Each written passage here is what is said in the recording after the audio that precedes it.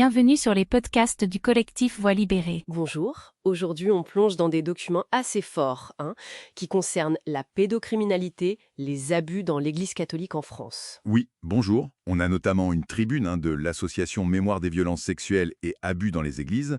Elle est parue dans la Croix. C'est ça. Et puis il y a aussi un appel à signature, un agenda d'initiative. Bon, notre objectif c'est de comprendre le cœur de leur message. Le message qui dit en gros que sans un vrai travail de mémoire institutionnelle, la justice et la réparation, c'est compliqué. Voilà. Et il critique aussi l'approche actuelle de l'Église. Mhm.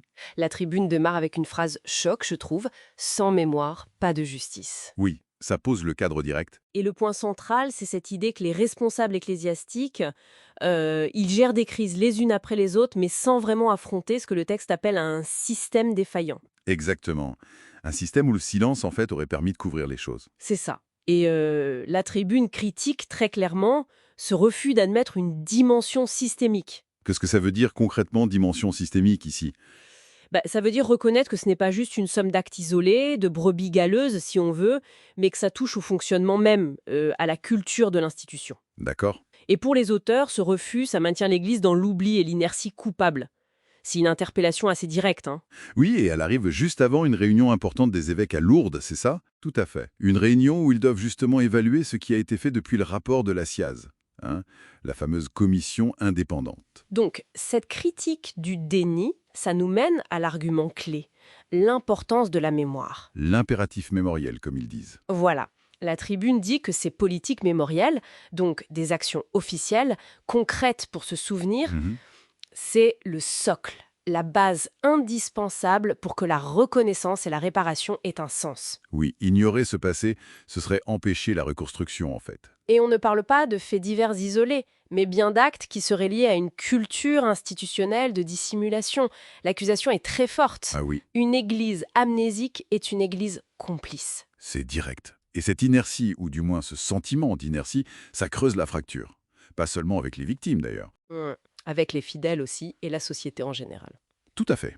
Et ce qui est intéressant, c'est la place qu'il donne aux victimes dans ce processus. Oui. Elles ne sont pas vues comme de simples objets de mémoire, des cas à étudier, mais comme des sujets éclaireurs. Sujet éclaireur, c'est une belle expression. Oui, ça veut dire que leurs témoignages sont essentiels pour comprendre les rouages, les mécanismes de pouvoir et d'omerta, ces zones d'ombre du système.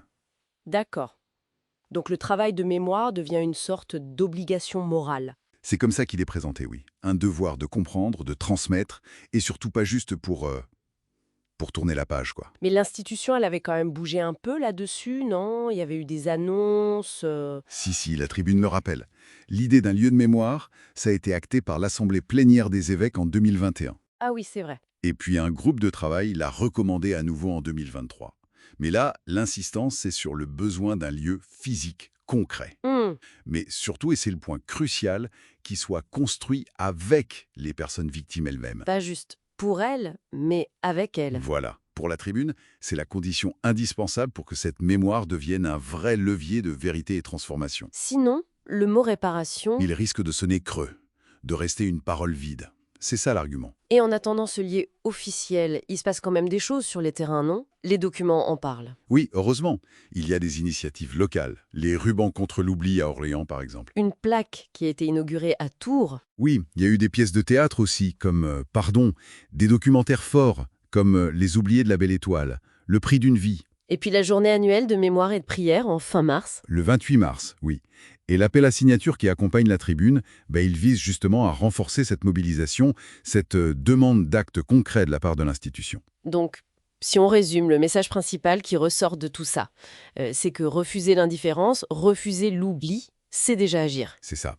Ne pas oublier, c'est déjà agir, comme dit la tribune. Et c'est présenté comme une façon de rompre l'isolement des victimes, de montrer qu'on les écoute, et puis de s'engager pour que ça ne recommence pas.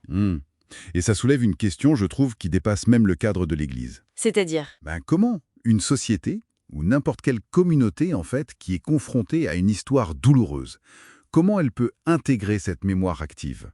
Mais pas pour juste clore le chapitre et passer à autre chose. pour vraiment se transformer. Exactement. Pour engager une vraie transformation. Alors, quelle forme concrète elle doit prendre, cette mémoire active, pour être à la fois réparatrice pour le passé Et puis, préventive pour l'avenir. C'est une vraie question. Oui, c'est un défi pour toute organisation, finalement, qui doit faire face à ces parts d'ombre. Ce podcast a été produit et réalisé par le collectif Voix libérée. Pour nous écrire, partager ou témoigner, adressez-nous un mail à pcantores37@gmail.com. Parce que nos voix comptent. Parce que le silence n'est plus une option. Parce que la mémoire exige justice et vérité.